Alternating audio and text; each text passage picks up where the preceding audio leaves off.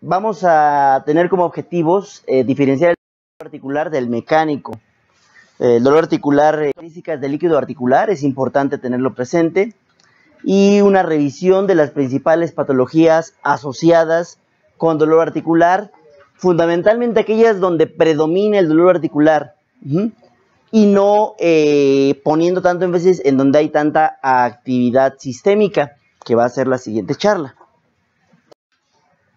Tenemos a una mujer de 44 años que acude a consulta por un dolor e inflamación bilaterales y simétricas de articulaciones metacarpofalángicas. Es segunda y tercero de 8 semanas de evolución, así como rigidez matutina de 2 horas de duración. Ojo seco, astenia, adinamia y usted sospecha artritis reumatoide. ¿Cuál de los siguientes es el más específico para esta enfermedad? Refiriéndose, por supuesto, a pruebas serológicas, ¿verdad? Factor reumatoide A, proteína C reactiva C, velocidad de eritrosedimentación y anticuerpos antipéptido citrulinado cíclico, sería la D. ¿Cuál de los siguientes ha demostrado disminuir la progresión radiológica de esta enfermedad? Ibuprofeno, celecoxib, metotrexate o pérdida de peso. En el segundo caso, en el segundo escenario clínico, tenemos a una mujer de 68 años que es obesa, con historia de dolor en manos y rodillas, así como cadera. Esto lo presenta desde hace varios años. Presenta un derrame articular en rodilla derecha, además, y a la exploración física se encuentra usted con que las manos de la paciente tienen esta forma, estos nódulos característicos. ¿Cuál es el diagnóstico más probable? Y se realiza una artrocentesis y usted espera encontrar un líquido articular. ¿De qué características? Inciso A, amarillo más de 50.000 leucocitos, 40% de polimorfonucleares y baja viscosidad. Inciso B, amarillo entre 2.000 y 5.000 leucocitos y alta viscosidad. Inciso C, transparente entre 2.000 y 5.000 leucocitos y baja viscosidad. Y D, amarillo menos de 2.000 leucocitos y de alta viscosidad. Tenemos entonces que en el abordaje del paciente con una artropatía, con dolor articular concretamente, vamos a considerar primero si hay datos de artritis. De acuerdo a la triada de Celso, ¿se acuerdan qué dice? Rubor, tumor y calor. ¿Tiene esto el paciente? ¿Tiene aumento de la temperatura? ¿Tiene rubor? ¿No? ¿O tiene calor? Y aparte hay un cuarto, ¿no? Que es el dolor, fue el motivo de la consulta. Si no lo tiene, entonces tenemos que evaluar una artropatía traumática o una artrosis. Pero si lo tiene, si tiene inflamación, entonces el paciente probablemente tenga artritis, ¿no? En el siguiente nivel tenemos que preguntarnos si tiene antecedentes de algún trauma. Recordemos que puede haber artritis traumática, puede haber artritis séptica asociada con trauma. Si la tiene, pues la evaluamos como tal, ¿verdad? Estos pacientes pueden presentar como complicación, como antecedente de trauma, una artritis séptica, pero bueno, esa ya sería una complicación. Si no, solo se queda como una artritis una rodilla que recibió un traumatismo. Pero si no hay antecedente traumático, entonces, y hay positividad para estas preguntas, entonces tenemos que considerar la presencia de una artritis. Una artritis que puede ser aguda o crónica. Aquí algunos reumatólogos recomiendan preguntar si es el primer episodio o no. Si no es el primer episodio, muy probablemente se trata de una artritis crónica, si hay episodios repetidos. Y entonces hay muchos más datos para orientarnos. Pero si es el primer episodio, y esto con frecuencia constituye la dificultad diagnóstica, vamos a tener que orientarnos hacia el número de articulaciones afectadas. ¿Es monoarticular o es oligoarticular o poliarticular? Y hay una pregunta que no se incluye aquí y que algunos reumatólogos consideran apropiada, que es la simetría de la afección. Pero bueno, siguiendo con este abordaje, tenemos a un paciente o una paciente con artritis aguda y que tiene una afección oligoarticular o poliarticular. Una pregunta pertinente a este nivel es: ¿hay afección del esqueleto axial, concretamente de la articulación sacroiliaca? Ha demostrado esta pregunta ser muy orientadora. Si sí la hay, pues nos orientamos hacia una espondiloartropatía, ¿no? Y hay varias causas o entidades. Si no la hay, entonces preguntamos: ¿es esta artropatía o esta artritis, dijimos que ya tiene artritis, de predominio en miembros superiores o inferiores? Si fuera en inferiores, pensamos en otras causas, ¿verdad? Como, por ejemplo, los pacientes que pueden tener artritis psoriásica, ¿no? Pero si hay en miembro superior, tenemos que preguntarnos, si tiene el miembro superior, tenemos que preguntarnos cuál de las articulaciones de las manos, concretamente de las interfalángicas, están afectadas. Si está afectada la interfalángica proximal, característicamente, ¿qué es? Artritis reumatoide. Hay dos entidades, y esto con fines ENAR, sabemos que corremos el riesgo de simplificar, pero es importante tenerlo presente. Hay dos entidades que se asocian a afección interarticular distal, interfalángico distal. ¿Cuáles son? Artritis psoriásica, por una parte, y osteoartrosis, ¿no? Son las dos entidades que se asocian a artritis distal. Entonces, esta consideración nos ayuda mucho. Aquí, como no es perfecto el algoritmo porque puede haber variaciones, aquí se pueden encontrar otras alteraciones donde haya más afección de miembros pélvicos, como les comentaba, ¿de acuerdo? Como la propia artritis psoriásica, ¿no? Tenemos la queratodermia blenorrágica, tenemos, que vamos a ver a continuación. Bien, continuando con el abordaje, por otra parte, si es una artritis monoarticular, pues en lo primero que pensamos es en gota. Y entonces la pregunta pertinente es si hay antecedentes o factores de riesgo para gota, ¿verdad? Si hay hiperuricemia o si hay alteraciones consideradas como síndrome metabólico que con mucha frecuencia se asocian a gota. Si es el caso, evaluamos para gota, pedimos ácido úrico, podemos hacer una punción para ver de qué características es el líquido. Y si no tiene factores, pues nos podemos orientar hacia una artritis séptica, considerando que esta es una urgencia absoluta. Y aquí la pregunta ¿es un paciente de alto riesgo? ¿Y a qué le llamamos de alto riesgo? Paciente joven, con vida sexual activa, múltiples parejas sexuales, pues entonces pensamos en gonococo. Si no es el caso, como sucede en la mitad de los pacientes, entonces vamos a orientarlo hacia una artritis séptica, pero por Staph aureus. Y bueno, en todos estos casos, el diagnóstico va a ser siempre de sospecha. Lo tenemos que apoyar de manera ideal con una punción.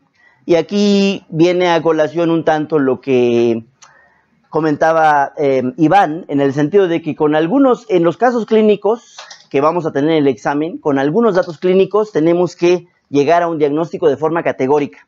Y esto no sucede en la vida real. En la vida real realmente tenemos mucho más dificultades y tenemos que revalorar. Pero lo que se nos va a pedir en los casos clínicos es que lleguemos a un diagnóstico con algunos datos. Por eso es pertinente este abordaje. Y bueno, también en los casos clínicos nos pueden dar información sobre la punción. Y entonces tenemos que el dolor articular mecánico se debe diferenciar del dolor articular inflamatorio. ¿Cómo podemos diferenciarlo? En el dolor articular mecánico no hay otros datos como aumento de la temperatura, eritema, ¿no? La triada o tétrada de Celso, ¿no? En cambio, en el dolor articular inflamatorio sí los va a haber. Puede haber rigidez, algunas veces este dato engaña un poco o confunde, pero siempre en el dolor o en la artritis de origen inflamatorio, la rigidez va a durar más de 30 minutos, con mayor frecuencia más de 1 hora. Entonces eso es importante considerarlo. Y el líquido sinovial, aquí no tiene por qué estar inflamado, van a ser menos de 2000 células. En cambio, en la artritis inflamatoria vamos a tener un líquido sinovial francamente inflamatorio. Más de 2000, con frecuencia más de 50,000. Y si es infeccioso, o sea, si hay una afección que se llama purulenta, más de 100,000. ¿De acuerdo? Entonces, esto es algo que tenemos que considerar. El ejemplo de la artritis o artrosis mecánica es la osteoartrosis, que como sabemos, siempre nos dicen que el principal factor de riesgo es la edad. En sí es la edad asociada al uso de esas articulaciones y no se caracteriza por un infiltrado inflamatorio en la punción del líquido articular, cuando se requiere. En condiciones normales no tendríamos por qué hacerla si el diagnóstico es muy claro. Y el ejemplo típico de infiltrado inflamatorio en una articulación pues es la artritis reumatoide. Entonces, ¿qué preguntas tenemos que hacernos? ¿Hay inflamación? ¿Cuántas articulaciones están involucradas? ¿Y cuáles articulaciones están afectadas? ¿De acuerdo? Si hay inflamación, ¿qué pienso? Pues pienso que no es osteoartrosis y pienso en el otro o en el resto del grupo, ¿verdad? ¿Cuántas articulaciones? Si es monoarticular, ¿en qué pienso? Gota o artritis séptica. Si es oligoarticular, ¿en qué pienso? Pues en aséptica, no, perdón. Puedo pensar oligoarticular, ¿puedo pensar en qué? Puede ser osteoartrosis, puede ser osteoartrosis, pero dijimos que no hay inflamación, entonces la descartamos antes. ¿Qué otras? Artritis psoriásica puede ser oligoarticular, claro, efectivamente. ¿Y qué articulaciones están afectadas? Están afectadas varias de forma simétrica y llama la atención que hay afección sobre todo de las interfalángicas proximales, AR, ¿no? Si están afectadas las interfalángicas distales, si no hay inflamación, osteoartrosis. Si hay inflamación, psoriasis. Y entonces continuamos con, el siguiente paso sería considerar el resultado o la información que nos dé la punción. Normalmente, la pregunta que se basa en si es inflamatorio o no. Si es inflamatorio, los leucos de esa punción, de ese líquido obtenido por punción, van a ser mayores a 2000, si es inflamatorio. Y los polimorfonucleares van a ser mayores al 50%. En el caso de que no sea inflamatorio, entonces no vamos a tener este hallazgo, ¿no? Y si es inflamatorio, decíamos entonces, si son mayores de 50,000 y con más de 75 polimorfonucleares, muy probablemente estemos ante una artritis séptica, ¿eh? Y entonces le hacemos Gram, que el Gram en este caso, ¿con qué frecuencia es positivo? El Gram es positivo con una frecuencia de 50%, ¿sí? Y si no tenemos todos estos datos, cultivo, Gram, y esta cifra de polimorfonucleares, que aquí ya se elevó a 75, ¿verdad? Porque es una situación infecciosa, pues pensamos en una anoséptica. Y dentro de los principales están la artropatía por cristales. Aquí entonces hacemos un análisis de birrefringencia a la luz polarizada y si esta es negativa, pues pensamos en gota, contundentemente decimos. Y si es positiva, pensamos en algo que se llama pseudogota, que está dada por depósito de cristales de pirofosfato cálcico. Si no es el caso, entonces muy probablemente sea una AR y tendremos que considerar otras características, ¿de acuerdo? Y bueno, por otra parte, si no es inflamatorio, puede ser sanguinolento. Si es sanguinolento, no estamos ante una artritis, estamos ante una hemartrosis. Y estas son con frecuencia, se presentan en los pacientes con hemofilia o con algunos otros trastornos de la coagulación. Si no hay esta situación y los leucos son de menos de 2000, el líquido es claro, pues esto es normal. Y si no, pues esto es normalmente una afección mecánica. Aquí les muestro todo lo que comenté con anterioridad en un cuadro comparativo, les muestro esto. ¿Y qué vamos a ver? Vamos a ver el volumen, la claridad, el color, el número de leucocitos, los polimorfonucleares y el cultivo. Normalmente, ¿cuánto es? El volumen menos de 3.5 mililitros, es pequeño, va a ser transparente, normalmente líquido articular, claro, va a tener menos de 200 leucocitos y va a tener menos de 25% de polimorfonucleares. El cultivo, por supuesto, va a ser negativo.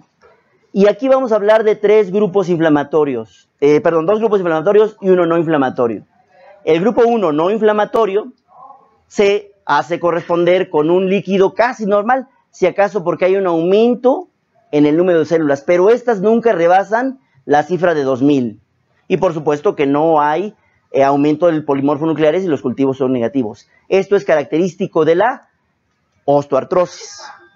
Es un líquido no inflamatorio. Por otra parte, en el grupo 2 tenemos un líquido inflamatorio, pero no llega a ser purulento. Y aquí, pues el color cambia, es translúcido opaco. Así lo podemos, o nos lo pueden referir en una de las viñetas. Va a presentar de 2000 a 75,000 células. Ustedes vieron que en el abordaje o en el algoritmo decían 50,000, varía un poco la fuente, pero es de 2,000 a 75,000 células de acuerdo al Colegio Americano de Reumatología para considerar que es inflamatorio. Y en el grupo 3, purulento, aquí son más de 100,000 células, con frecuencia hay polimorfonucleares y el cultivo puede ser positivo o negativo, aquí podría ser positivo, ¿de acuerdo? Y vamos a empezar con la más frecuente de todas las artropatías, que es la osteoartrosis. ¿Cuál es el factor de riesgo más importante? El factor de riesgo más importante es la edad. Afecta a hombres y mujeres de más de 65 años. El factor de riesgo más importante es la edad, aunque se sabe que en realidad lo que afecta a las articulaciones es el uso continuo. Por eso es más frecuente en personas que usan estas articulaciones contra un sobrepeso o con franca obesidad, o cuando hay sedentarismo. Cuando hay sedentarismo, se supone que no se fortalecen los músculos periarticulares y entonces la articulación se ve más afectada. Afecta articulaciones interfalángicas distales, característicamente cuando afecta manos. También va a afectar articulaciones que cargan peso, como las rodillas, como los tobillos y como la columna, así como la articulación de la cadera. La presentación clínica, pues el dolor es de estos que comentamos, un dolor tipo mecánico, o sea, ¿cuántas células va a tener? Menos de 2,000, menos de 2,000. Puede haber rigidez, algunos pacientes lo refieren, pero esta rigidez dura menos de 30 minutos y característicamente no mejora con la actividad. Esta rigidez con frecuencia se presenta al final del día, a diferencia del dolor de la artritis reumatoide, la rigidez, perdón, de la artritis reumatoide, que se presenta en la mañana, ¿de acuerdo? Y puede haber limitación para la movilidad, hay deformidad, estos son los clásicos nódulos de Heberden, a la H pensamos que es distal, y nódulos de Burkhardt, proximal, interfalángica proximal, una forma de memorizarlos. Y una situación que con frecuencia se encuentra es la risartrosis del pulgar. Entonces, esta es la presentación típica de la osteoartrosis. Probablemente nos venga un caso y sea muy fácil identificarlo. No va a meditar mayor problema. ¿De acuerdo? ¿Y por qué puede venir un caso o más? Porque es una patología muy frecuente. ¿Qué vamos a tener cuando una vez que tenemos el diagnóstico de sospecha alto? Pues vamos a tener hallazgos radiográficos que se presentan hasta en el 80% de los pacientes. ¿Y cuáles son estos hallazgos radiográficos? Una disminución del espacio articular, esclerosis subcondral, osteofitos, que los pacientes llaman espolones, y geodas. ¿Qué son las geodas? Son una especie de quistes que se pueden ver acá, ¿no? Que es y bueno, el tratamiento va a estar enfocado en AINES, Podemos en algunos casos dar corticosteroides intraarticulares, pero solo en algunas situaciones y de forma temporal. Cuando haya duda diagnóstica, ¿y cuándo va a haber duda diagnóstica? Cuando el paciente se presente con un aumento de volumen franco, en teoría eso no tendría por qué ser, pero entonces eso nos llevaría a una duda diagnóstica.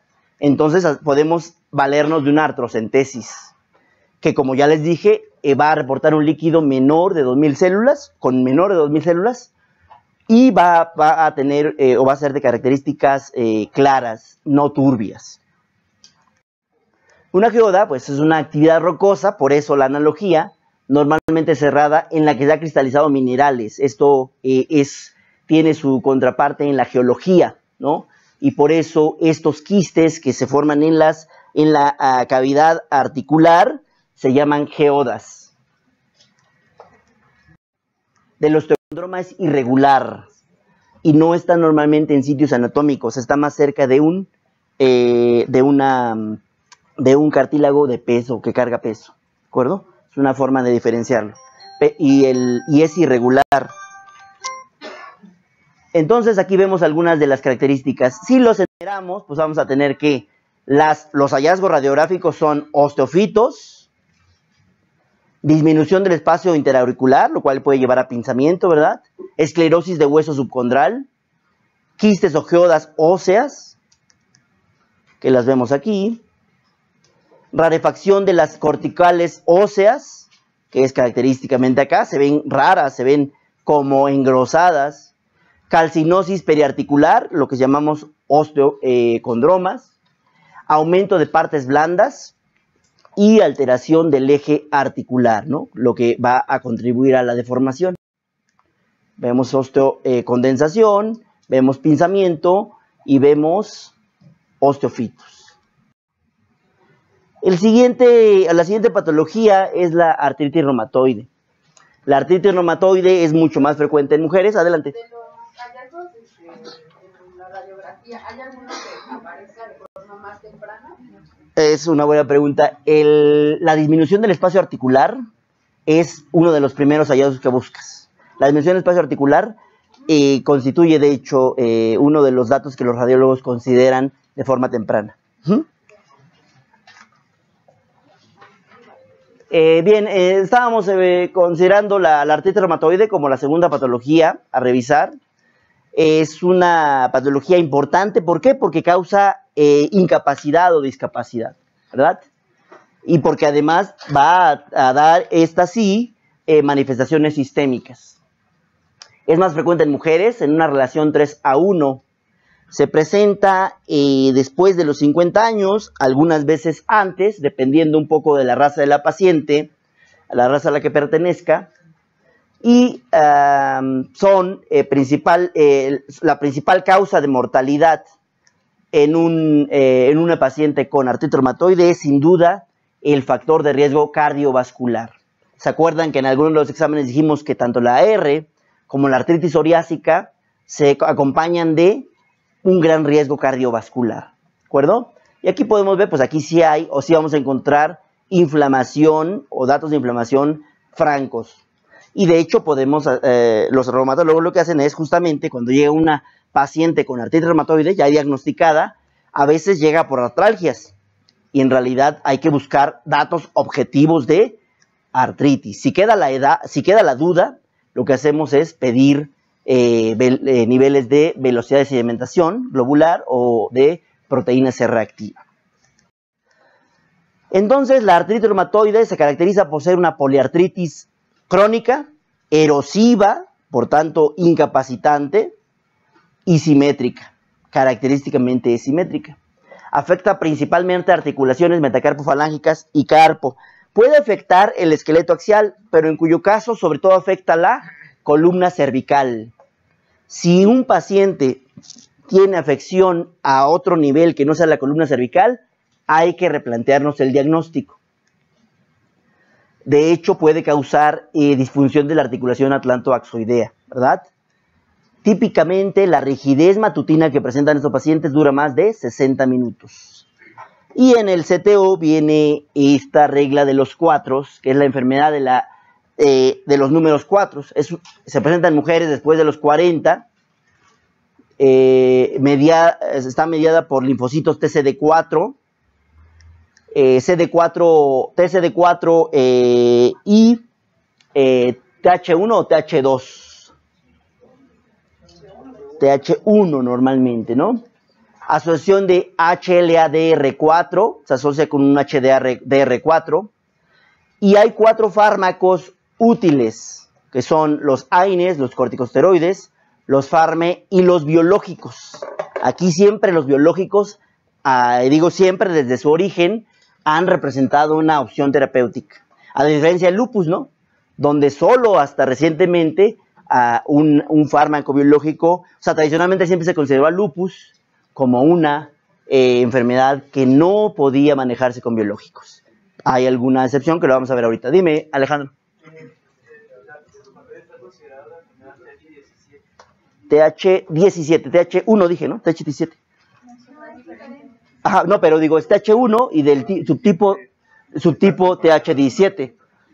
O sea, TH1 se divide, tiene varios, bueno, ok, si somos puristas, es un subgrupo distinto, ¿de acuerdo? Pero está mucho más ligada a TH1, o sea, ya sé por dónde va el comentario. Tanto la enfermedad de Crohn también se acompaña de elevación de TH17 y la artritis reumatoide, pero juegan un papel importante en los TCD4, ¿de acuerdo? En cambio, los TCD8 sí se juegan un papel más importante en otras patologías. Buena observación es en el sentido de que es mucho más específica. Y bueno, típicamente, les decía, hay una rigidez mayor a 60 minutos. ¿Y qué es lo que vamos a considerar en la artritis reumatoide? Pues les dije que es una enfermedad sistémica, entonces puede tener afección en diferentes órganos. ¿Puede tener afección cardíaca? Sí. Puede causar carditis. Puede tener afección a nivel ocular, también. Y entonces puede causar, ¿cuál es la forma más frecuente, dijimos? Queratoconjuntivitis Zika. Pero ¿cuál es la forma más específica? Escleritis y episcleritis, ¿de acuerdo? Ajá. Y en este sentido también puede acompañarse de otras alteraciones, pero lo más característico es esto: síndrome de ojo seco o queratoconjuntivitis Zika y escleritis y episcleritis. También podemos tener a nivel hematológico alteraciones, y aquí de repente los exámenes les preguntan lo que es el síndrome de Felty o lo relacionado, que es una artritis reumatoide con esplenomegalia y con neutropenia. Y curiosamente, a estos pacientes les quitas el vaso y mejora la neutropenia, ¿de acuerdo? Y a nivel del sistema nervioso central también puede haber alteraciones, como también a nivel del sistema nervioso periférico. De hecho, puede causar neuropatía. ¿Qué tipo de neuropatía en general acompañan a las enfermedades reumáticas? Mononeuropatía múltiple, ¿no? Y esto es cierto tanto para las vasculitis como para muchas de las enfermedades reumáticas que se asocian a neuropatía. Mononeuropatía múltiple. ¿Qué quiere decir mononeuropatía múltiple?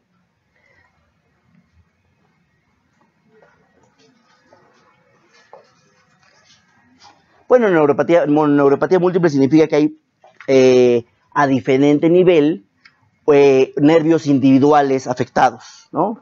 ¿Cuál es una afección de mononeuropatía sola, mononeuropatía individual, que con frecuencia también se presenta en la R? Síndrome de túnel del carpo, ¿no? La mononeuropatía pura, simple, individual, que se presenta con mayor frecuencia en la R es el síndrome de túnel del carpo, ¿de acuerdo? Y la mononeuropatía múltiple es el tipo de neuropatía más frecuente. ¿Estamos de acuerdo? A nivel pulmonar, pues puede haber datos de serositis. Está el llamado síndrome de Kaplan, que ¿quién me recuerda qué es? Paciente con artritis reumatoide y nódulos pulmonares y neumoconiosis, ¿verdad? Nódulos pulmonares y neumoconiosis.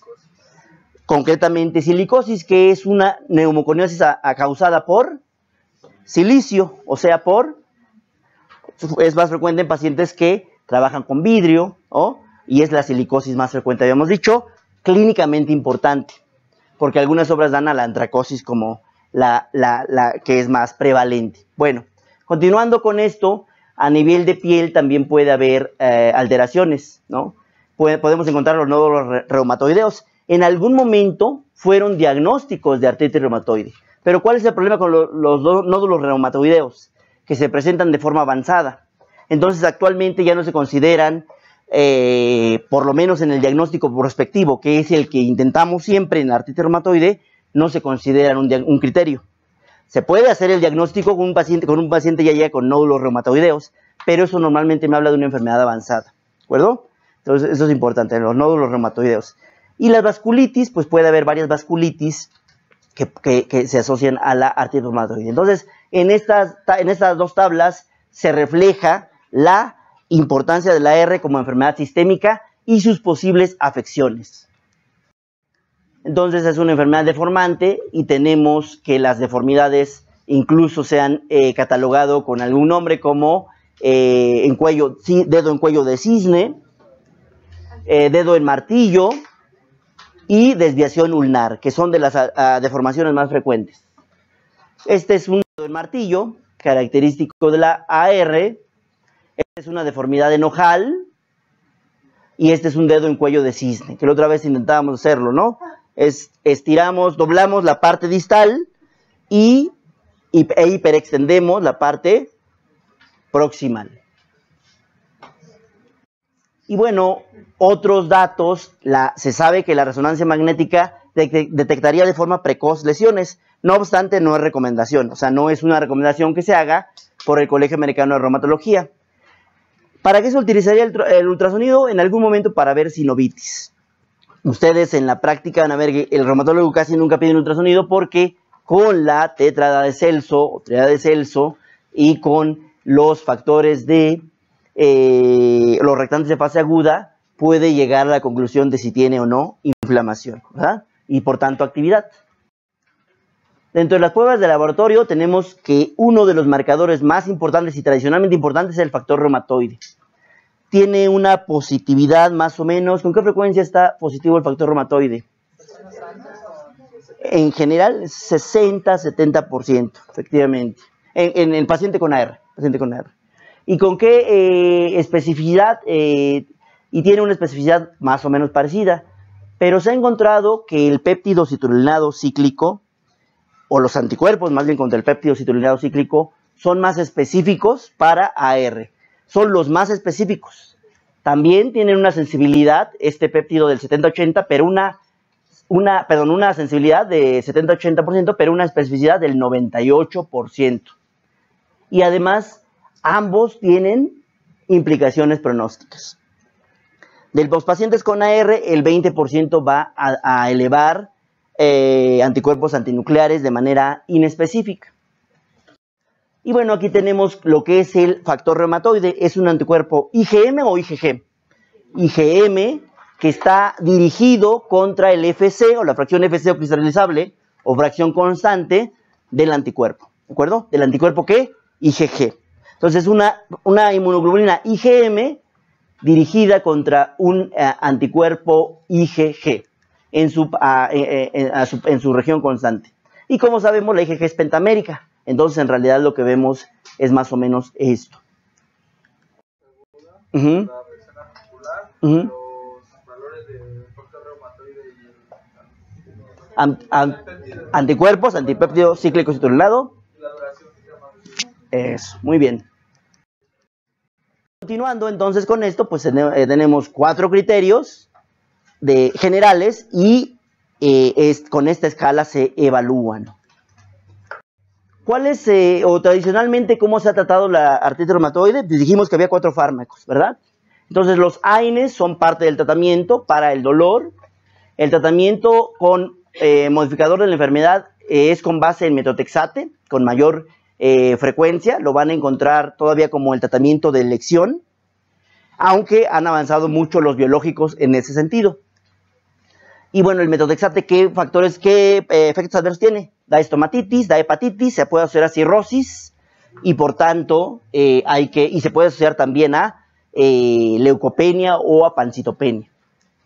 Por otra parte, otros biológicos como el infliximab que son anticuerpos anti-TNF, o el etanercept, que ya se usa menos, que son receptores solubles de factor necrosis tumoral, pues se van a asociar a mayor riesgo de infecciones, característicamente tuberculosis, ¿de acuerdo? Y ¿cuándo usamos estos? Cuando no hay respuesta al metotrexate. ¿Y cuándo vemos, Gustavo, una respuesta al metotrexate? ¿En cuánto tiempo? Más o menos. 4 semanas. 4 semanas. Un mes o 4 semanas vemos. Si no hay respuesta en 4 semanas, aumentamos la dosis. La dosis máxima que se recomienda son de 20 a 25 miligramos en una semana, ¿no? Entonces, si llegamos a esa dosis y no hay respuesta, probablemente el paciente se beneficie de un segundo fármaco, ¿no? Y en ese sentido los biológicos son una buena opción. Otros fármacos que tradicionalmente fueron usados, pero que actualmente ya no lo son tanto, son la hidroxicloroquina, ¿verdad? La hidroxicloroquina y los antipalúdicos. De hecho, llama la atención que en el New England viene un estudio que evalúa a la hidroxicloroquina versus, aunado a metotrexate contra los biológicos y resulta que es un resultado muy parecido y entonces estaríamos ahorrando mucho más, ¿de acuerdo? Entonces no se puede considerar que están fuera. La retinopatía es una complicación de la hidroxicloroquina, ¿verdad? ¿Alguien sabe cómo actúa la hidroxicloroquina? Afecta la formación del fagosoma. Entonces, al afectar la formación del fagosoma, tiene también efecto a nivel de la inflamación. Entonces, aquí tenemos, en resumidas cuentas, los AINES para el dolor y la inflamación, los corticosteroides, como fármacos para la inflamación aguda. Se recomiendan pautas cortas cuando se usa de forma intraarticular y no más de 3 meses para evitar el riesgo de osteoporosis, ¿no? Para evitar el riesgo de osteoporosis. Entonces solo se utilizan por cursos cortos. El fármaco de elección es el metotrexate y podemos considerar también otros como los biológicos. Y finalmente, dentro de los biológicos está el infliximab y la combinación de infliximab y metotrexate también ha mostrado ser de mucha utilidad. Al final del día, ¿cuál de estos fármacos ha mostrado disminución en la progresión? Tanto el metotrexate como el infliximab. Pero por precio y efectos adversos, ¿cuál es el de primera elección? Metotrexate. Muy bien. La sulfasalazina, perdóname. ¿Puede seguirse utilizando? Puede seguirse, de hecho se sigue utilizando, pero es de segunda o tercera línea, no es de primera. ¿Verdad? 1 gramo. De 1 gramo puede decirte, es parecido a la enfermedad inflamatoria intestinal, puede irte a niveles mayores, aumenta la toxicidad, por supuesto, ¿no? Y la manifestación articular, entonces, son a nivel oftalmológico, decíamos, el ojo seco, lo más común, escleritis y episcleritis, lo clásico y específico. A nivel pulmonar, vamos a tener pleuritis, lo más común, y fibrosis, lo más grave, pero afortunadamente raro. Síndromes raros, pero que de repente pueden preguntarles, el síndrome de Felty, que es esplenomegalia, en un paciente con neutropenia y con fiebre, ¿de acuerdo? Y en el paciente puede tener AR. Y el síndrome de Kaplan, que en este caso es un paciente con silicosis, concretamente, y AR. Entonces, el síndrome de Felty, característicamente es esplenomegalia, neutropenia y AR, ¿verdad? El paciente puede tener fiebre, entonces eso lo convertiría en una urgencia, ¿de acuerdo? Y el síndrome de Kaplan, entonces, silicosis más AR.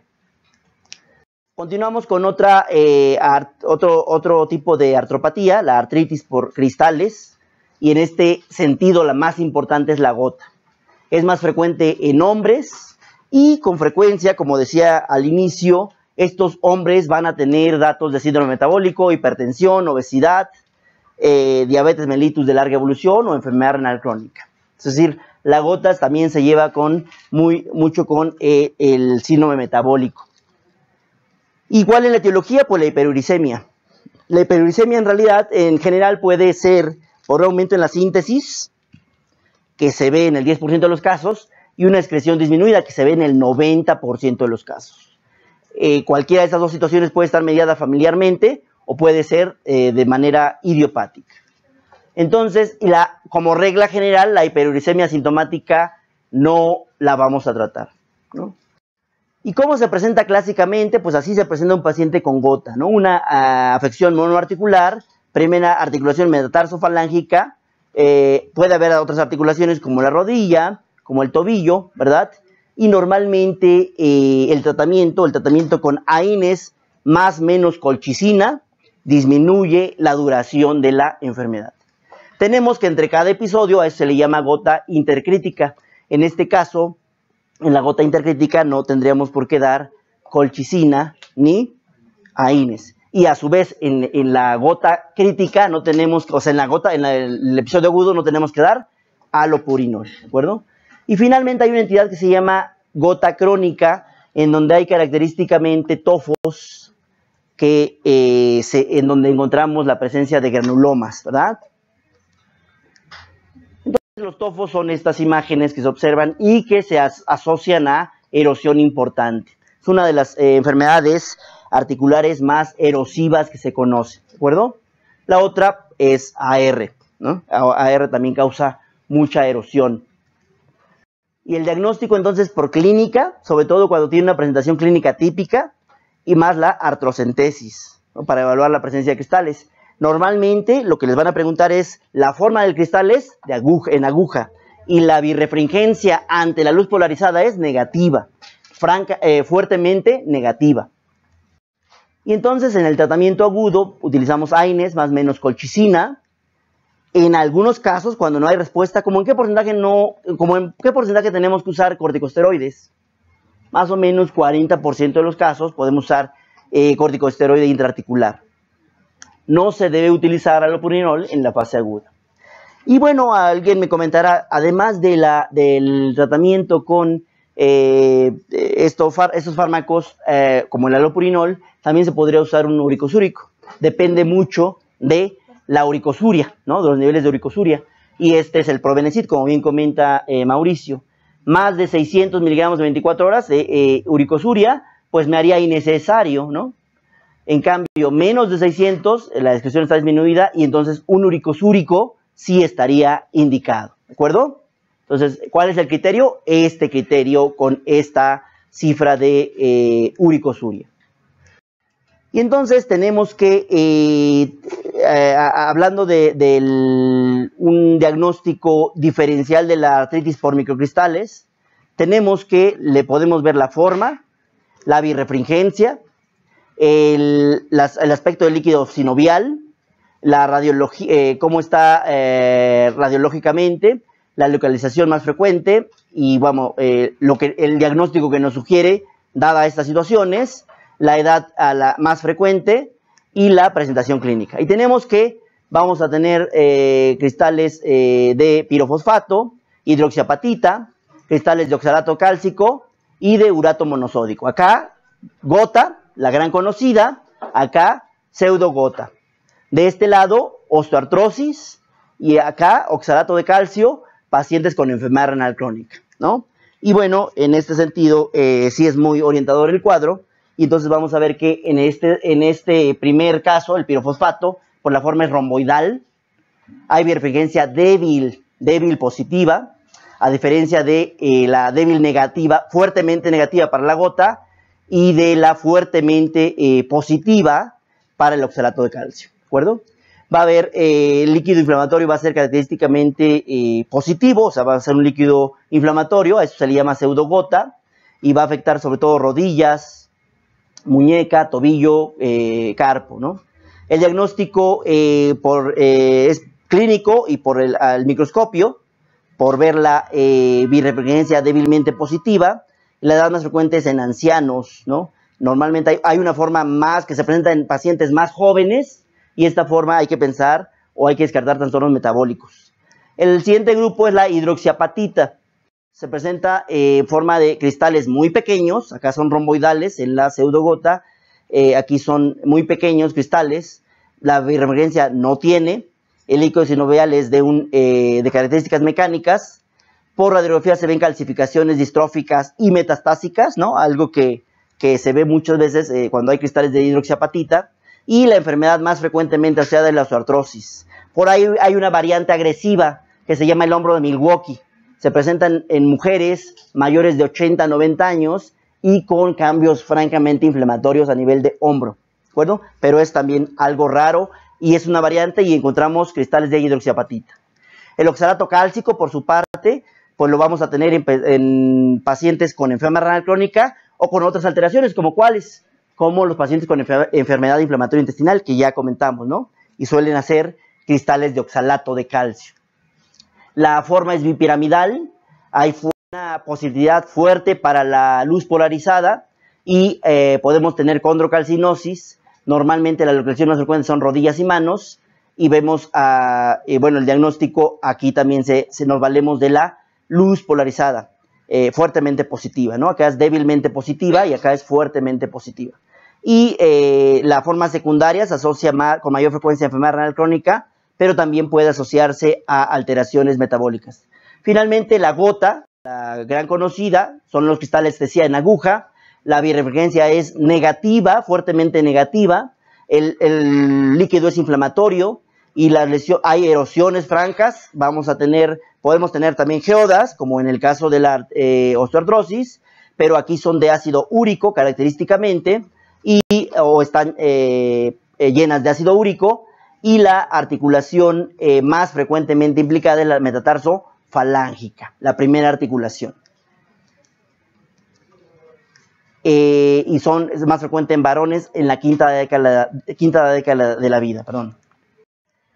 Finalmente, o continuando, la artritis séptica. La artritis séptica se presenta después de un traumatismo, en cuyo caso siempre pensamos en Staphylococcus aureus. Entonces, el paciente con artritis séptica, nos preguntamos, ¿ha recibido traumatismo? Entonces es Staph aureus. ¿No ha recibido traumatismo y es joven y tiene vida sexual activa? Está gonococo normalmente. ¿Con qué frecuencia uno y otro? Bueno, el más frecuente en general se dice que es Staph aureus. Pero en pacientes con vida sexual activa, el más frecuente siempre será gonococo. Normalmente, bueno, en niños, cabe mencionar los factores de riesgo, si no está vacunado, se ha encontrado que una causa frecuente es Haemophilus influenza. Y ese es el tratamiento que damos característicamente, dicloxacilina más amikacina, y en el caso del gonococo, ceftriaxona. También puede darse cefotaxima para Haemophilus influenza. El diagnóstico, pues ¿cómo vamos a hacer el diagnóstico? Dijimos que nos puede ayudar, 1, el antecedente, 2, que sea monoarticular, 3, que haya fiebre como un dato que domina, y el Gram nos puede orientar. ¿Pero con qué frecuencia dijimos que el Gram era positivo? Solo el 50%, no más. Entonces no podemos basarnos solo en el Gram para decir que para dar tratamiento. De hecho, si les viene en el examen, la respuesta correcta seguramente será iniciar tratamiento empírico, porque constituye una urgencia. ¿Con qué porcentaje se asocia a incapacidad? 60 a 70% cuando el agente causal es Staph aureus. O sea, se asocia a mucha discapacidad, secuela. Dentro de las espondiloartropatías tenemos fundamentalmente 3. Espondilitis anquilosante, se caracteriza por su asociación a HLA-27. Artritis psoriásica, puede o no haber. Y artritis reactiva, el síndrome de Reiter, donde hay conjuntivitis, artritis y uretritis, se asocia a HLA-27. ¿Con qué frecuencia? Acá dijimos 95% en alguna ocasión, acá dijimos más o menos 40, 30%, y acá dijimos 60 hasta 70, algunos dicen que es 80%, ¿de acuerdo? Articulaciones que más frecuentemente se afectan por las articulaciones axiales, ¿no? Puede haber uveitis, sí, que es característicamente unilateral, a diferencia de la artritis psoriásica, donde se puede afectar a cualquier nivel, incluso las articulaciones interfalángicas, y de estas, ¿cuál es la que más predominantemente la que característicamente se afecta? La distal. Entonces, las dos que afectan las articulaciones distales son osteoartrosis y psoriásica, ¿de acuerdo? Y artritis reactiva, aquí puede haber oligoartrosis, es una de las causas de oligoartrosis, y predomina en miembros inferiores, ¿verdad? Por eso les decía que es la que se asocia con queratodermia benorrágica y úlceras orales y distrofia ungueal. Aquí la uveitis suele ser bilateral y hay en este caso hay placas y dactilitis. Podemos encontrar onicolisis y onicodistrofia. Esto es frecuente que les presenten una foto y ustedes tengan que discernir que se trata de un síndrome de Reiter. Entonces, ¿cuál es la manifestación dermatológica que aunque rara vez es muy específica de enfermedad de Reiter? Dermatosis blenorrágica, ¿no? O queratodermia blenorrágica. Y bueno, aquí podemos ver algo que se llaman sindesmofitos. ¿Qué son los sindesmofitos? ¿Qué son los sindesmofitos, Gunther? ¿Con las que están en el qué? ¿Y qué son las sindesmosis? Bueno, el sindesmofito típico tiene que ver con la osificación de las fibras del anillo fibrósico del disco intervertebral. O sea, tiene que ver con los discos intervertebrales. Los discos intervertebrales tienen anillos fibrosos, como ustedes saben. La osificación de ellos es lo que se llama sindesmofito. Y es algo no patognomónico ni característico, pero que se puede presentar en la espondilitis anquilosante. ¿Qué signos conocen para evaluar un paciente con espondilitis anquilosante? Schweber, ¿no? Schweber, signo de Schweber, ¿cuál es el signo de Schweber? Se pone al paciente como si tuviera que tocarse las puntas y de pie y sentado, y se mide la flexión de lo que es la espalda, lo que es la columna. Se hace una marca primero en posición pasiva y después tras la flexión, y se llega al diagnóstico, ¿de acuerdo? ¿Qué sensibilidad tiene? Más o menos tiene una sensibilidad del 50-60%. ¿Cuál es lo malo de la espondilitis? Que el diagnóstico se ve retrasado, la espondilitis anquilosante. Entonces, encontrar a un paciente con una radiografía que lo sugiera, como es una columna en espina de bambú, pues ya me habla de una enfermedad avanzada, ¿de acuerdo? Y aquí tenemos ejemplos visuales de los 3 tipos de espondiloartropatías. ¿Qué sería esto? Artritis psoriásica, y es francamente erosiva, hay afección distal. ¿Y cómo dijimos que se llamaban esto?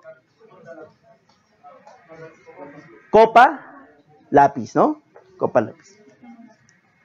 ¿Esta qué es? Queratodermia blenorrágica, y que se asocia a ¿qué? Síndrome de Reiter. Queratodermia blenorrágica, síndrome de Reiter, ¿de acuerdo? Y aquí, ¿qué vemos? Una espina así toda recta, ¿no? Espina de bambú, que se asocia a la espondilitis anquilosante. Entonces, volviendo al abordaje inicial, en un paciente con artralgia, que sospechamos que pueda tener artritis, nos preguntamos, ¿tiene los datos de inflamación, que es tumor o tumefacción, aumento de la temperatura, rubor y rigidez? ¿No los tiene? Pues esto puede ser una artralgia traumática. Si sí los tiene, si hay un antecedente traumático, bueno, puede ser un trauma, por ejemplo, de rodilla, o puede ser un trauma de la articulación en cuestión, y hay que descartar siempre artritis séptica, ¿de acuerdo? No los tiene, entonces, ¿es el primer cuadro o hay otros cuadros? Esto nos orientaría mucho, ¿no? Si hay una artritis crónica subyacente. ¿Es el primer cuadro? Bueno, es una artritis aguda. Y aquí nos conviene preguntarnos cuántas articulaciones están implicadas. ¿Es oligoarticular o poliarticular? Entonces, predomina la región sacroiliaca, entonces puede ser una espondiloartropatía, ¿de acuerdo? Aquí vamos a pedir HLA-27 y vamos a hacer otras consideraciones. No predomina la región sacroiliaca, entonces predominio miembro superior. No, pues se evalúa otras causas. Sí, sí hay afección de articulación interfalángica distal, dijimos que junto con las artrosis, aquí vamos a pensar en artritis psoriásica. Interfalángica proximal afectada, artritis reumatoide. Por el otro lado, es monoarticular, siempre casi pensamos en gota, casi ustedes tienen que tener en la mente que uno de los diagnósticos que hay que descartar es gota. Pero si ya lo descarté, es decir, si hay datos claros de factores de riesgo para hiperuricemia, pues es gota. Pero si ya descarté que no, y debo pensar siempre en una artritis séptica, que es la otra causa de artritis monoarticular. Hay un factor de riesgo alto para gonococo, entonces pienso en consecuencia. No lo hay, la causa más frecuente es Staph aureus, sobre todo si hubo traumatismo. Paciente diabético y con traumatismo, en el contexto de un paciente que tiene dolor articular, aumento de volumen y fiebre, eso es por Staph aureus. Y la cuestión aquí es que se asocia con mucha secuela, ¿de acuerdo? Hay que tratar rápido. Es una urgencia absoluta. Y bueno, cuando haya este grado de sospecha, vamos a recurrir a una punción, y la punción, como dijimos, ya nos va a orientar. Si es un líquido, o ¿quién me recuerda los tres grupos de los que hablamos? Uno, no inflamatorio. Inflamatorio, purulento. ¿Y cuáles son las características de ellos?